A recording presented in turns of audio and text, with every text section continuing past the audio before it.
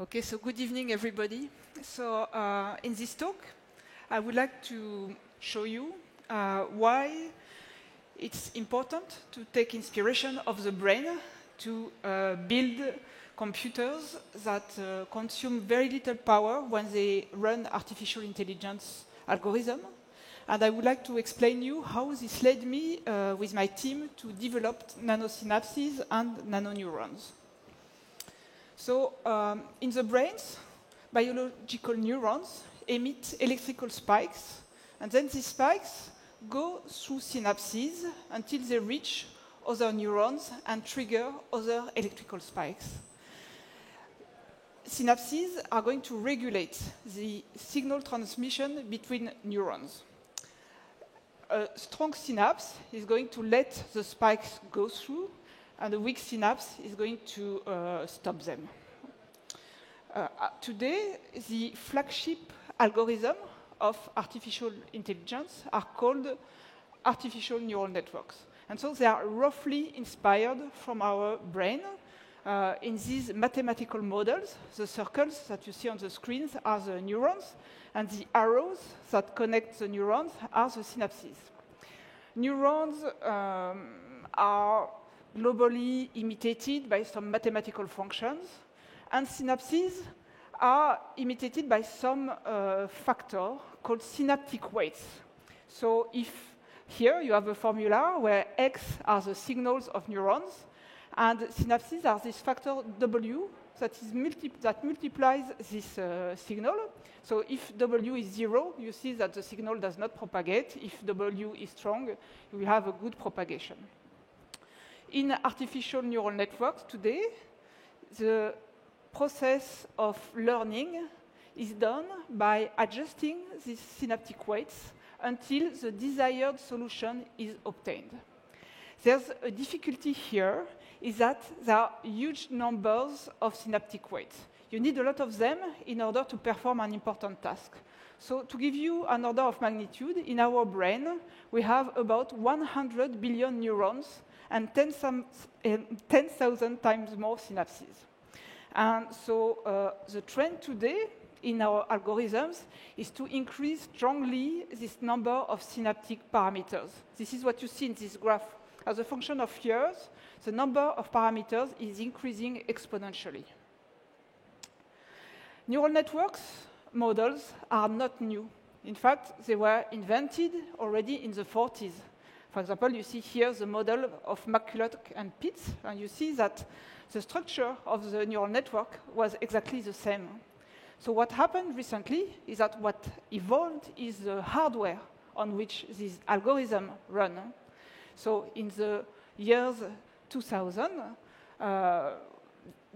very strong graphical cards were developed, which allowed to run this algorithm with a huge number of parameters and to make them learn important tasks efficiently. And thanks to this process, today, AI has become mainstream. So we have neural networks in our search engines. It's in our mobile phones for many apps. And it's also going to be able to drive autonomous cars. So is this all the story? The answer is no. Why? This is because today, when we run these models, these artificial neural networks, we completely lose the original structure of the neurons and the synapses. What happens is that these models, they are translated into some lines of codes, which are then compiled, and so they go a series of zeros and ones to our computers, our processors. And so when you do that, you see that you completely remove the structure, the initial structure. There are no more neurons, no more synapses, you just have zeros and ones, right? And this actually is a big problem. It's consuming an enormous amount of electrical power. And so to give you an order of magnitude, if we wanted today to imitate the brain by running a neural network on the computers that we have, we would need the electrical power of a small nuclear plant. Okay? So this is a lot. And why is that? This is because in our computers today, the memory and the computing are done in two separate places. And so, of course, the distance between these two places is not very big because this is a small chip, right? However, in neural networks, all these synaptic weights that I have talked about, they are in the memory. And so then, at each step of the learning, of the computing, you need to go search all these parameters in the memory. You have to bring them to the compute part, where you make some complicated operations, and you have to bring them back to the memory. And you need to do that all the time. And this is going to consume a lot of power, because what costs a lot of energy is access to data. An example is, a very striking example is a recent algorithm that was developed by OpenAI that is called GPT-3. So it's a beautiful model of language. So this neural network can even write by himself, given a little prompt, completely new text in a very impressive way. So here I give an example where it writes some poetry in the style of Shakespeare's. Now, this neural network has 175 billion parameters. And so for learning to do this, what was needed was about 350 GPU years. So the associated power consumption is 500 megawatt hours. So it's a bit abstract. So in fact, this amount of electrical power represents the total energy consumption of 40 persons in a year, including everything, right? Their travel, everything. So it's really a lot. And if I compare this now to the brain, it corresponds to about 2,500 brain years. For a human to learn the language, you need much less than that. And in addition, you don't only learn a language, right? You do many other things, like learn walking, biking, swimming, a lot of other things. So in fact, we are running neural networks that are inspired from our brain, but when we do that, because of this separation between memory and computing, we consume an inordinate amount of power, whereas our brain consumes only 20 watts, approximately like a light bulb. So it really makes sense to try to understand why and to come back to the structure of the brain. So now, today, in industry and academia, people know that if we want to make hardware that consumes little energy for AI, we need to bring together memory and compute. And the best way to do it is to do it like the brain. Why is it so efficient? This is because, actually, what the neurons do, roughly, is that they compute according to the data that the synapse is holding for them. So the data is here, right in the middle of the compute. So there is no data transfer. And this is why the brain has such an incredible energy efficiency compared to our computers. So there is a lot of work today to try to build chips, electronic chips, that have the structure of the brain. So the idea now is to come back to the original structure and to make physical neurons, layers of physical neurons that are going to be connected by layers of physical synapses. If we do that, we can gain a lot of power. So here on the graph that I show, you can see that the vertical axis is the power efficiency of learning. In gray, you have our current computers. And in blue and in orange, what you can see is what you can have with these brain-inspired chips. You see that we can gain between 10 and 1,000, or a factor of 10 or to 1,000 to save in energy, right? So it's a lot. However, you see that there are two bars. A blue bar, this is what we can do with our current electronics, and an orange bar, which is what we could do if we start to integrate emerging nanotechnology in these systems. So why is it such a difference? What's the idea here? Well, the thing is that our current electronics is based on transistors. And transistors are just very small, so they are super small, right? But they are just a switch. And so they are very far from the complex features of neurons and synapses. And so if we want to imitate neurons and synapses with transistors, yes, we can, but we need to put a lot of them together, and we need to add some memory. And so this is going to occupy a lot of area. So to give you an example, if I wanted to make a chip using transistors that has the same number of synapses and neurons than the brain, actually, I would need, so I have a beautiful animation here. I would need a chip that has the same area as a stadium, okay? So you see, this is really problematic. This is because with our transistors, neurons and synapses are several micrometers wide. So what it means is that we want to invent nanosynapses and nanoneurons. We want to have nanoscale elements that can imitate these important functions of synapses and neurons. And we want to put them together, close together in huge numbers on a chip, okay? So this is the first challenge. And then the second challenge is that we want to connect them super densely. Again, there are 10,000 synapses per neurons in the brain. It's huge. In fact, it's crazy. The brain is this crazy 3D ball of wires. You know, it means that you have 10,000 wires per neuron. So in the brain, it works with biology. So you have all these possibilities. But you know, with our standard electronics, it's going to be super difficult to reach this 3D, very complex connectivity. With our standard electronics, our wires tend to be very straight and in a 2D plane. So this is why, in my team, we have started to think, how could we have a better communication between nanoneurons and nanosynapses?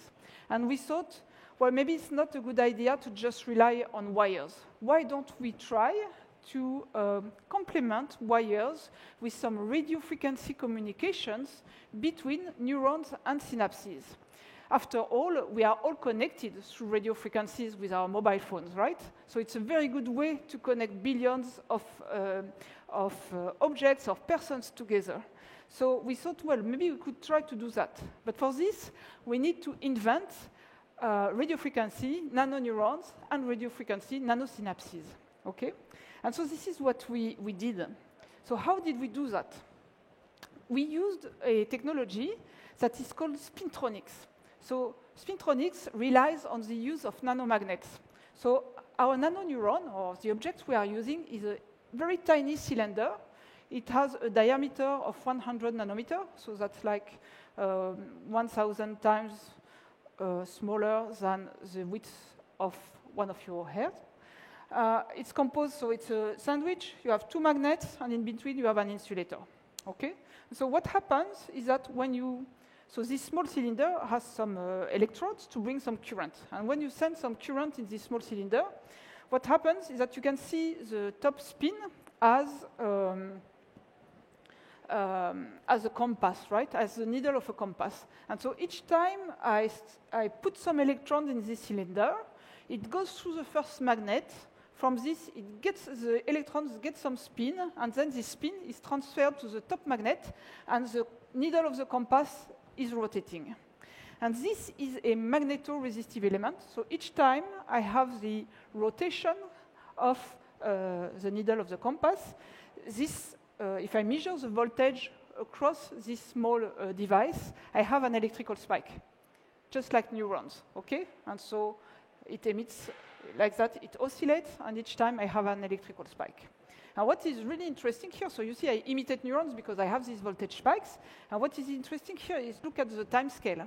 These are nanoseconds, so it's super fast.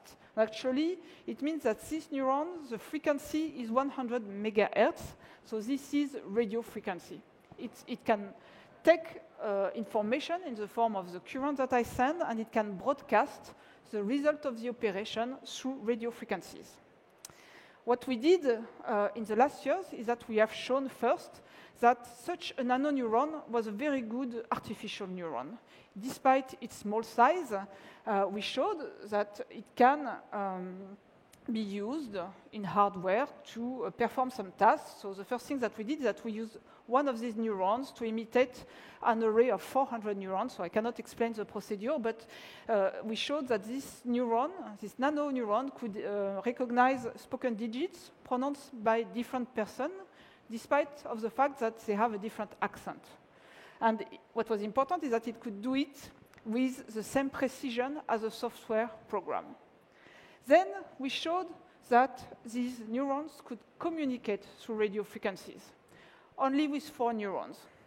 And very recently, we showed that we had not only, with this device, we could not only imitate neurons, but we can also imitate synapses. We can make synapses that are going to receive the radio frequency signals and multiply these radio frequency signals and transmit them to other neurons. So we did that with only a few synapses, a few neurons. But this demonstrates the concept that we want. And now, what we want to do in our lab is to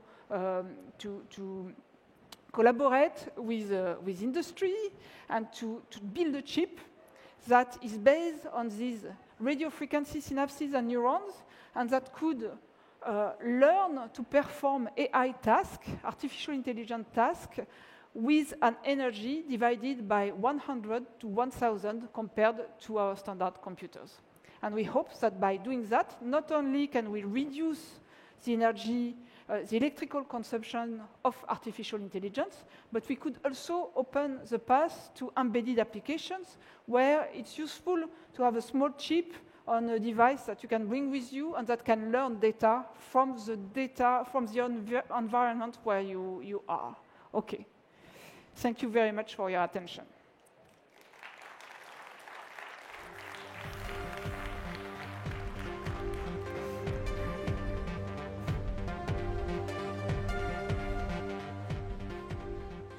Thank you so much, Julie, for introducing us to this. Tell me a little bit, have you already talked to data centers, people who are using a lot of energy, to really look at how they can be more efficient and maybe use these kind of systems that you are basically presenting?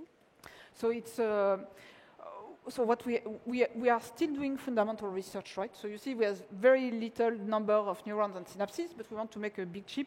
But I think people from data centers, you know, they are already developing chips for the same purpose, but they are still using the standard electronics, right? And so what we propose is to make a step further and gain more in terms of energy with our nanotechnologies. It's going to take more time to develop, but in the future, I think it will be much more efficient. We have also already a question from the floor. Aren't spintronic devices much bigger in size in tapped transistors? How do you plan to miniaturize billions of neurons? So the size of the neurons that we use now is the diameter is 100 nanometer. This is because this is what we are doing in the lab. It can be reduced to 10 nanometer or even below.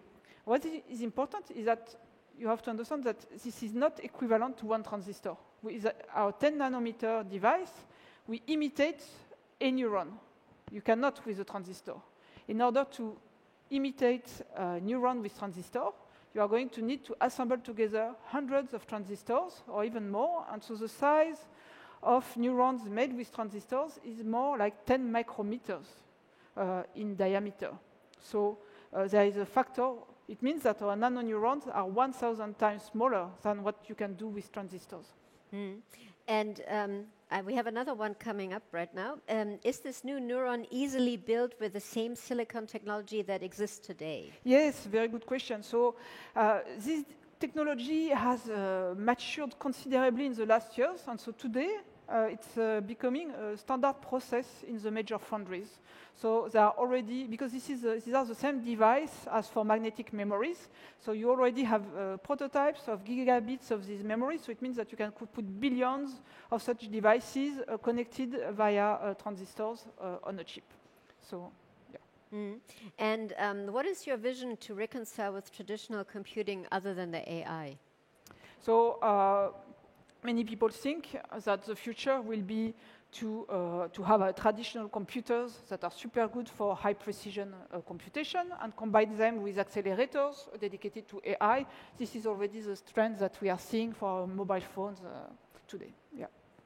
Because they do very different stuff, right? So. We have another question from the floor. What about other in-memory or spiked neural network approaches which are aiming at a similar goal? Yes, so there are many. This is fundamental research. So there are many paths that are investigated at the same time. Nobody knows for now what is going to be most efficient. What I like in our approach is that actually we are using the same device, that is a nano device, for doing the neurons, for the synapses, and they can communicate with a minimum number of wires because we are using radio frequencies. So in my view, it has a strong promise, but we are also interested, of course, in fact, this is in memory computing. And in my lab, we are also investigating other approaches based on spiking neural networks, for example. They are not necessarily different. They can also be merged together. We want to end on a positive note. What is your dream? When is it going to be really sort of flying, this project? What can you envision for it? Yes, so it's a very good question. So I think that now there's been a lot of progress on hardware neural networks for inference, not for learning. So we are going to see, and we already have chips that are very efficient for doing the inference. In 10 years, we are going to see chips that are super efficient for learning and that we will be able to have in our mobile phones. And so this is a question for you here to try to start to see what we can do with such a chip that would be useful for our society. Okay, last question that I'm also taking on from the floor. What could be the highest impact this technology could have? Yes, so that's a bit linked to what I just said. What can we do with such a chip? So one thing that I like with our particular technology, again, is that these devices are natively sensitive to microwaves. So such a chips could be used to harvest microwaves from the environment and also classify them.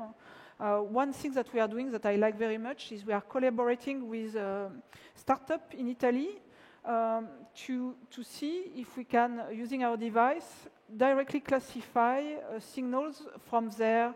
So they have a medical application based for mammography where they use microwaves to scan for tumors. And so we could have our device directly behind their big medical instrument to directly detect if there is a tumor or not. There's one more cool question that I really think we should get to before we have to go. Which is better, neural simulation computing or quantum computing?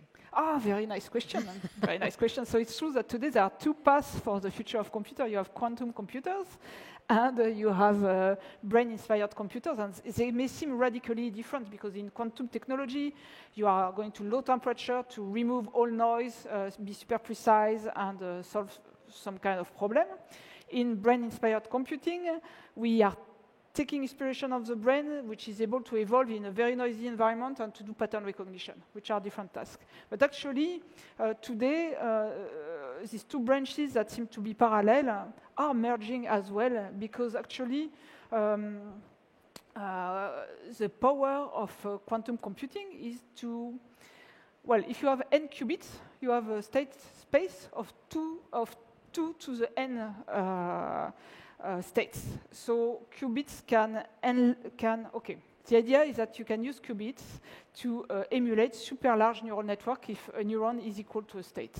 And so this is very interesting, and many people are starting to work on this, and we do as well. Thank you so much, Julie. We're already over the time, but it was so interesting. Thank you so much for being here today. Thank you, Julie. Thank you.